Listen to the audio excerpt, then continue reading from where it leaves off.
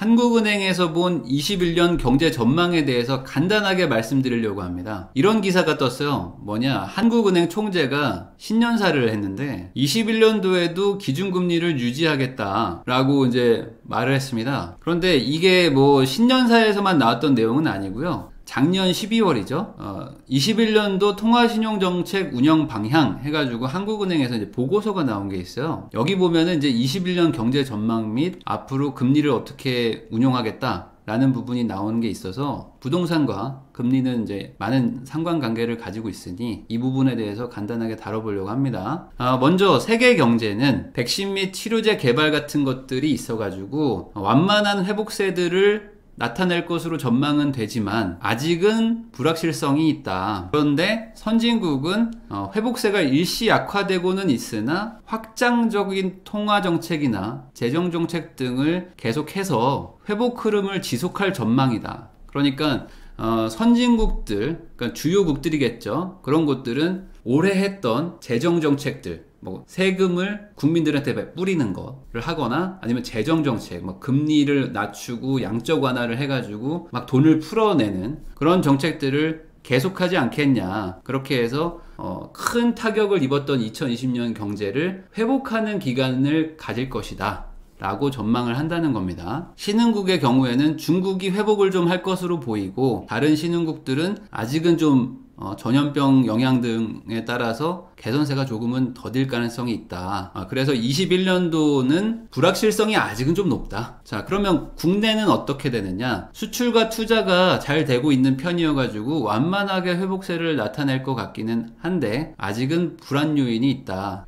특히 이 성장세를 보면은 전염병의 전개 상황에 따라서 크게 영향을 받을 것으로 보이고 그렇기 때문에 성장 전망을 판단하기가 쉽지가 않다. 그러니까 불확실성이 아직은 많기 때문에 여기서 뭔가 정책의 기조를 바꾸기는 어렵지 않겠느냐라는 뜻입니다. 그러면 이제 전 세계적으로는 뭔가 조금 경제가 회복세가 되고 그 다음에 양적 완화나 뭐 재정정책, 뭐 통화정책 등을 통해 가지고 돈이 좀 풀리고 그렇게 해서 회복세가 일어나는 한 해가 될 것이기 때문에 세계 경제는 올해보단 좀 좋을 것이고 우리 국내도 아직은 불확실하지만 수출이나 투자가 좀 어느 정도 되고 있어서 조금은 회복되지 않겠냐. 그리고 외화도 뭐 크게 문제는 없기 때문에 전반적으로 금융에서는 크게 리스크는 없다라는 게 지금 이 보고서의 내용입니다. 그러면 올해 통화정책은 한국은행에서 어떻게 하려고 하는가? 결론만 말씀드리면은 금리 인상은 없다라고 말을 했고요. 오히려 완화 가능성을 염두에 두고 있다라고 보시면 될 것 같습니다. 자, 통화정책의 완화 기조를 유지하겠다. 완화 기조라는 건 뭐냐면 금리를 계속 내리고 있잖아요. 지금 이 내리고 있는 기조를 계속 유지한다는 겁니다. 그러니까 금리를 올리겠다는 게 아니고 내리고 있는 이 기조를 계속 가지고 갈 거니까 보합을 하거나 아니면 상황이 안 좋으면 더 내리겠다라는 얘기입니다. 국내 경제가 완만하게 회복되고는 있지만 뭐 성장 불확실성이 좀 있고 그리고 물가 상승률도 전년보다는 좀 높아지겠지만은 목표치 대비해서는 좀 하회할 것이다. 그러니까 목표치를 초과하기 시작하면은 인플레이션이 막 일어나기 시작하니까 시중에 돈을 좀 줄일 목적으로 금리를 올릴 수도 있는데 한국은행에서 예상하기로는 그러니까 올해 물가가 그 정도까지 올라가지는 않을 것 같다. 그렇기 때문에 당장 금리 인상이나 이런 것들은 생각하기는 어렵고 완화적인 기조를 계속 유지하겠다. 그리고 기준금리를 어느 정도 완화적인 수준에서 운용할 것인지, 기준금리를 얼마나 더 완화를 해야 될까, 어떻게 운용하지? 라는 거에 대해서는 종합적으로 고려하면서 신중하게 판단하겠다. 이 내용 자체에서도 뭐 금리 인상에 대한 시그널은 전혀 없습니다. 자, 한국은행 그 기준금리는 약 4년간 이렇게 변동을 해왔어요. 2017년, 18년도에 조금 올리기 시작했습니다. 그때 미국에서 금리 인상을 막 하기 시작하면서 미국 경제가 너무 호황이어가지고 금리를 막 상승하기 시작하니까 우리나라도 어쩔 수 없이 같이 따라서 올렸었거든요. 그런데 미국에서 금리를 내리기 시작하면서 우리나라도 같이 내렸죠. 그래서 2020년 초반에 기준금리가 0.5까지 내려간 이후로 지금 계속 한 7, 8개월 동안 0.5%를 유지하고 있는 상태인데, 많은 분들이 이런 얘기를 해요. 아니 그럼 여기서 완화 기조를 간다는 게 무슨 말이냐, 지금 0.5%인데 내릴 게 뭐가 있냐 라고 생각을 하실 수도 있는데, 정확하게는 0.25%가 남았죠. 무슨 소리냐, 0.5에서 한 번 더 내릴 여력이 있습니다. 0.25까지. 그래서 예전에 하는 총재 그 연설이나 뭐 기자 간담회 같은 거를 보면은 아직 여력이 있다. 그렇지만 여력이 많지는 않다. 그렇기 때문에 신중히 금리 인하를 결정해야 된다. 이런 멘트를 한 적이 있습니다. 그래서 아직 인하 여력이 없는 건 아니에요. 그렇지만 얼마 안 남은 것도 맞는 말이죠. 그런데 방금 말씀드린 대로 금리가 인하될 여력 자체가 적긴 적습니다. 우리나라가 뭐 제로 금리를 하거나 마이너스로 금리로 가기에는 기축통화국도 아니고 그쪽은 정말 가보지 않은 길이기 때문에 거기로 가기에는 아직은 좀 부담스럽고, 그렇다면 0.5%밖에 안 남았는데 여기서 금리 인하를 더하면 이거는 좀 불안한데, 여력이 너무 없어지는데 라는 생각이 들기 때문에 경기 부진이 심화가 되면은 금리를 낮추는 것보다는 그거 이외에도 정책 수단이 있다. 그러니까 국내에서도 뭐 작게나마 양적 완화 같은 걸 할 수가 있겠죠. 채권 매입을 한다든지 국채 매입들을 해가지고 시중에 돈을 막 풀어버리는 경우도 생길 수도 있습니다. 그래서 금리 조절보다는 그 외의 정책 수단을 효과적으로 활용하는 방안을 검토 중이다. 왜 그러냐, 한국의 통화 정책은 주요국의 영향을 많이 받게 된다라는 게 이제 문제인데, 이 보고서에도 보면은 주요국의 통화 재정 정책은 아직은 불확실성이 많고, 그리고 인플레이션이 낮을 것으로 예상되기 때문에 완화 기조를 이어갈 걸로 한국은행은 전망을 한다는 겁니다. 그러니까 뭐 미국이나 뭐 일본이나 유럽 같은 곳들은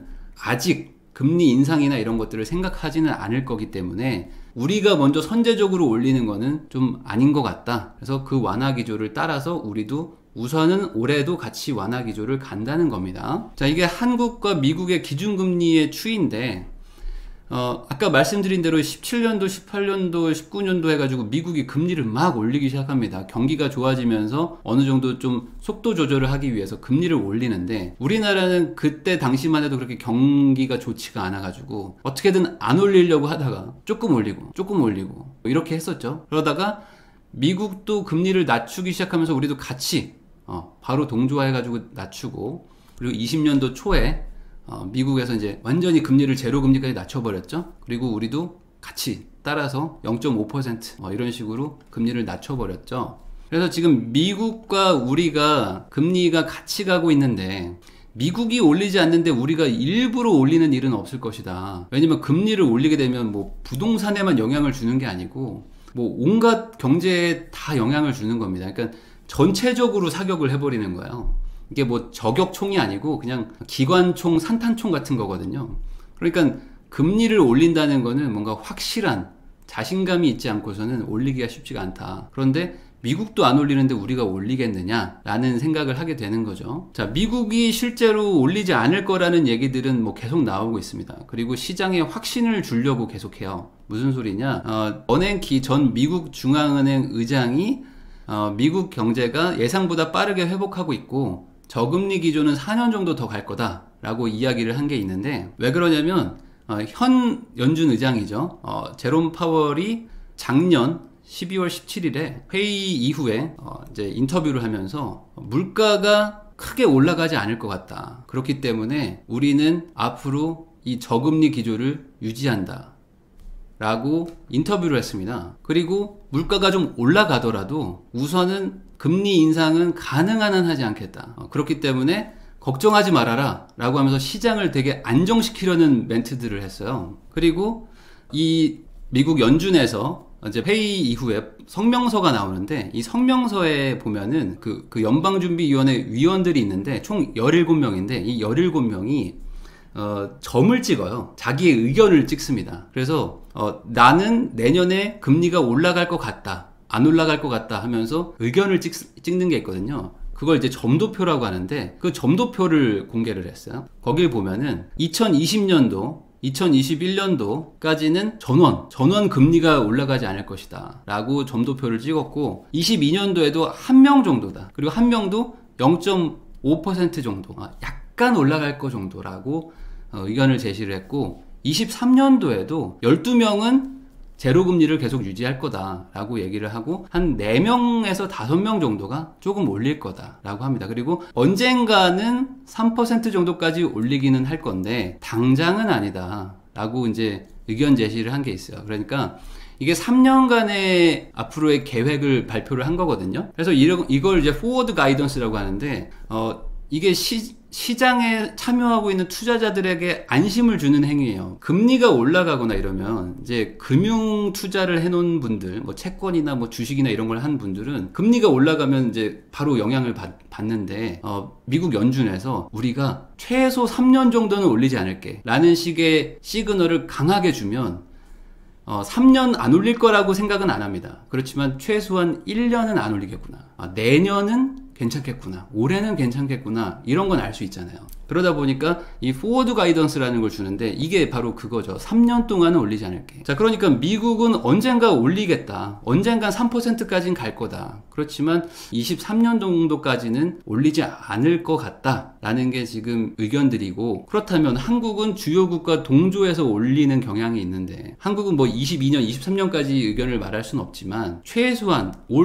올해는 완화 기조로 갈 것이다. 그리고 미국도 저렇게 완화 기조로 갈 거기 때문에 우리가 선제적으로 올릴 일은 없을 거라는 게 한국은행에서 신년사에 밝힌 내용입니다. 그러니까 정리하면 당장 금리 인상이 없다라고 생각을 하시면 될 것 같아요. 그러면 지금 시장에 돈이 많이 풀렸죠. 그래서 그게 뭐 주식으로도 가고 부동산으로도 가고 뭐 여러 군데로도 막 가는데, 이 돈이 당분간은 이 크기를 유지하면서 계속 뭔가 떠돌아 다닐 것 같다. 그러니까 부동산을 지금 투자를 뭐 할지, 아니면 뭐 내 집 마련할지 뭐 이런 거 고민하는 분들이 많잖아요. 그럴 때 금리 인상이 되면 어떡하죠? 라는 거에 대해서 되게 불안함을 가지고 있는 분들이 많은데, 이 부분에 대해서는 우선은 한국도 그렇고 미국도 그렇고 1년 내에는 어떤 크게 기조 변화가 없을 거다 라고 말을 하고 있기 때문에 당분간은 우리도 그걸 고려하지 않는 게 좋겠다 라는 의견을 말씀드립니다. 그래서 금리 인상이라는 것이